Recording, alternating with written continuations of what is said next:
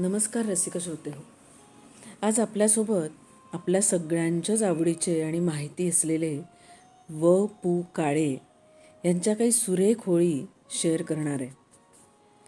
आपला माणूस. रसिक हो, प्रत्येकाच्या आयुष्यात अशी एकतरी व्यक्ती असते की जी खूप आपल्या जवळची असते, जिच्यासोबत आपण हक्काने सगळ्या गोष्टी शेअर करतो, सगळ्या गोष्टी सांगतो, सुखदुःख वाटून घेतो. अशाच व्यक्तीबद्दल पु काळे म्हणतात, मी आहे ना, एव्हरीथिंग इज फाईन. आपल्या आयुष्यात आलेली माणसं ही काही उगाच आलेली नसतात. प्रत्येक गोष्टीमागे काहीतरी कारण असतं. कुणाशी तरी काहीतरी ऋणानुबंध जुळलेले असतात. नाहीतर या एवढ्या मोठ्या लोकसंख्येच्या देशात नेमक्या याच व्यक्तींची आपली ओळख का होते? याचे उत्तर कोणीही देऊ शकत नाही. जी नाती तयार होतात ती आपण जीवापाड जपावी.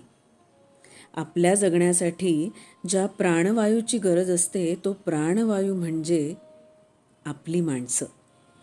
रक्ताच्या नात्यांना काही चॉईस नसतो, पण आपलेपणाच्या नात्यात तसं नसतं. It's mutual relation. मन जुळलं की आपलेपणाचं नातं होतं.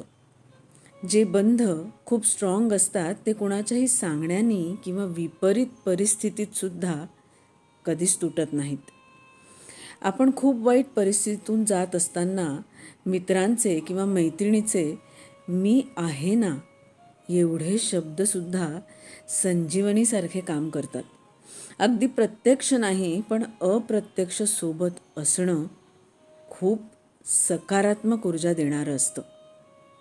त्यामुळेच पैशांनी श्रीमंत होणं खूप सोपं आहे, पण नात्यांनी समृद्ध होणं तितकंच कठीण.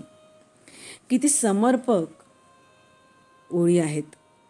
खरोखरच आयुष्यात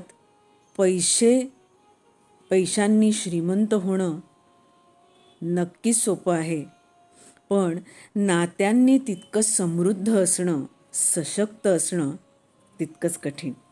तेव्हा पैसे तर कमवायचेच आहेत, कारण ते आपल्या जीवन जगण्यासाठीचं एक माध्यम आहे, साधन आहे. परंतु तेवढीच नातीसुद्धा जमवूया आणि नातीसुद्धा समृद्ध ठेवूयात. काय वाटतं तुम्हाला? कमेंट बॉक्समध्ये नक्की सांगा. मनापासून धन्यवाद.